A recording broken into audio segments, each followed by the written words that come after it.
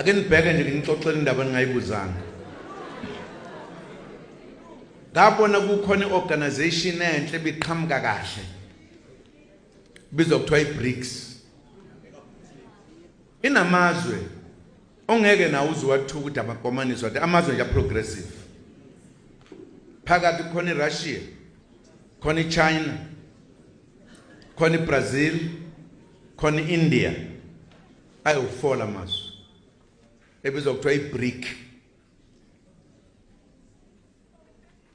Ngase ngizosho ukuthi yini izathu zangibangela ukuthi ngithi le country here lapha. Ngabuka ngabona ukuthi ngoba ngiyazazi lezi zinto. We siyohlupheka unomphela la. Koze kuhlupheke nezizukulwane.